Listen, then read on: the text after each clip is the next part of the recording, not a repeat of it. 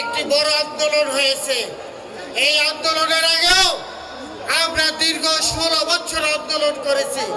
আমরা জেল খেটেছি, মাইর খেয়েছি, আমাদের নেতা কর্মীদের হত্যা করা হয়েছে। মিথ্যা? এরপরও আমরা কিন্তু পিছনে যাই নাই, আমরা সামনে ছিলাম। আমার নেতা তারেক জিয়া রহমান সাহেব একটি নির্দেশনা দিয়েছিলেন, আপনারা সবার মনে আছে, জুলাই আগস্টের আন্দোলনে আপনারা এই ছাত্র জনতার আন্দোলনে পাশে থেকে তাকিয়ে তাদেরকে সাহায্য করবেন। আমরা ইনশাআল্লাহ পাশে থেকে সাহায্য করেছি।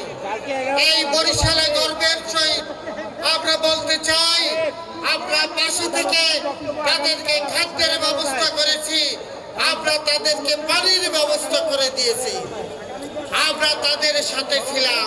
কিন্তু তাদের মধ্যে থেকে আমরা আন্দোলনে অংশগ্রহণ করি নাই, কারণ তাদের একটা স্লোগান ছিল স্বৈরাচারের পতন।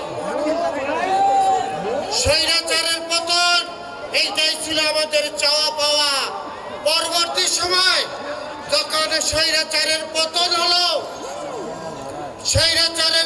হলো, আপনারা দেখেছেন বরিশাল শহরে বাংলাদেশের বিভিন্ন জায়গায় বৃষ্টি হয়েছে, ছাত্র জনতা ট্রাফিকের কাজ করেছে বরিশাল শহরে এই বাংলাদেশ জাতীয়তাবাদী দল তাদেরকে ছাতি দিয়েছে 3 দিন, যেন ছাত্র ছাত্রীদের ভাইদের বৃষ্টিতে না ভিজতে হয়।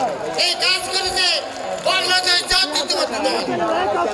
আবার ওই সময় যারা ছাত্র জনতা যারা ট্রাফিকের কাজ করেছে তাদেরকে খাদ্য সরবরাহ করা হয়েছে বিভিন্ন জায়গায়। এই কাজটা আমরা করেছি। তারপরে নোয়াখালী এবং কুমিল্লা বর্ষা হয়েছে, আপনারা জানেন। এই সেই বর্ষায় বাংলাদেশ জাতীয়তাবাদী দল এই বৈষম্য ছাত্র আন্দোলনকে সাহায্য করার জন্য কয়েক লক্ষ টাকার সাহায্য তারা দিয়েছে। তারা কুমিল্লা এবং নোয়াখালীতে বড় কাভার ভ্যান দিয়ে তারা সাহায্য দিয়েছে।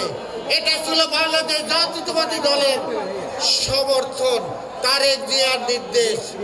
আপনাদেরকে সবাইকে মনে রাখতে হবে, আমরা সবাই এক বাংলাদেশ জাতীয়তাবাদী দল।